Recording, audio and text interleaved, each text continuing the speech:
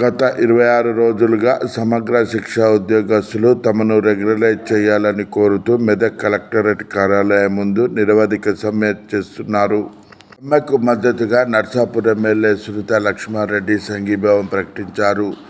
సమగ్ర శిక్ష ఉద్యోగులను రెగ్యులరైజ్ చేయాలని, ఉద్యోగ భద్రత కల్పించాలని ఆమె డిమాండ్ చేశారు. ముఖ్యమంత్రి రేవంత్ రెడ్డి ఎన్నికల సమయంలో వరంగల్లో ఇచ్చిన హామీని వెంటనే నెరవేర్చాలని ఆమె తెలిపారు. సమగ్ర శిక్ష ఉద్యోగస్తులకు భారత రాష్ట్ర సమితి పూర్తి మద్దతునిస్తూ సంఘీభావం ప్రకటిస్తుందని ఆమె తెలిపారు.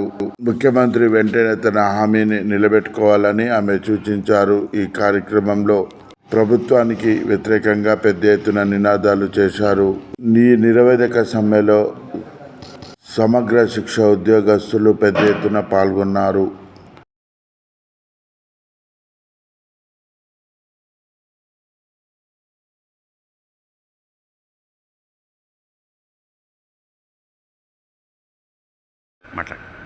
ఈరోజు మన మెదక్ జిల్లాలో సమగ్ర సర్వశిక్షకు సంబంధించినటువంటి ఎంప్లాయీస్ అంతా కూడా గత 26 రోజులుగా ధర్నా చేసినటువంటి సందర్భంలో వారికి మరి బీఆర్ఎస్ పార్టీ తరఫున సంఘీభావం తెలియజేయడం జరిగింది.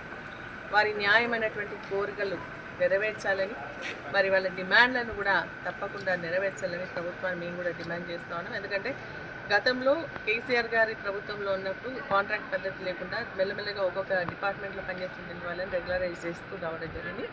అయితే మరి అప్పుడు వీళ్ళు ఇదే రకంగా ధర్నా చేసినటువంటి సందర్భంలో అప్పుడు పీసీసీ ప్రెసిడెంట్గా ఉన్నటువంటి రేవంత్ రెడ్డి గారు మరి మేము గవర్నమెంట్లోకి రాగానే ఇమీడియట్గా ఒక నెల రోజుల లోపల రెగ్యులరైజ్ చేస్తాం మిమ్మల్ని అని చెప్పడం జరిగింది.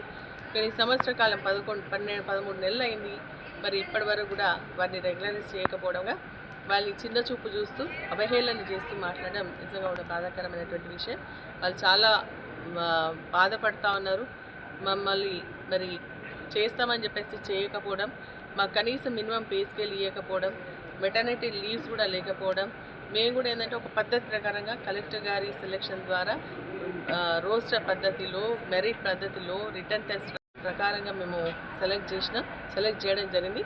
అయినా కూడా మాకు ఎటువంటి ఇది ఇవ్వకుండా మరి మమ్మల్ని రెగ్యులరైజ్ చేయకుండా ఇబ్బంది పెడతా ఉన్నారని చెప్పేసి వాళ్ళు వాపోతూ ఉన్నారు. కాబట్టి వారి కోరికలు నెరవేర్చాలని, ఖచ్చితంగా వాళ్ళ డిమాండ్స్లను కూడా నెరవేర్చాలని ప్రభుత్వం మేము కూడా డిమాండ్ చేస్తూ వారికి మా సంఘీభావం తెలియజేస్తూ ఖచ్చితంగా వారితో పాటు మేము ఉంటాం, వారి సమస్యను నెరవేర్చే వరకు అని చెప్పేసి కూడా మేము వారి తరఫున అసెంబ్లీలో కానీ లేదంటే మంత్రుల దగ్గర వాళ్ళ వాదనను వినిపిస్తామని చెప్పేసి కూడా మేము తెలియజేస్తాం.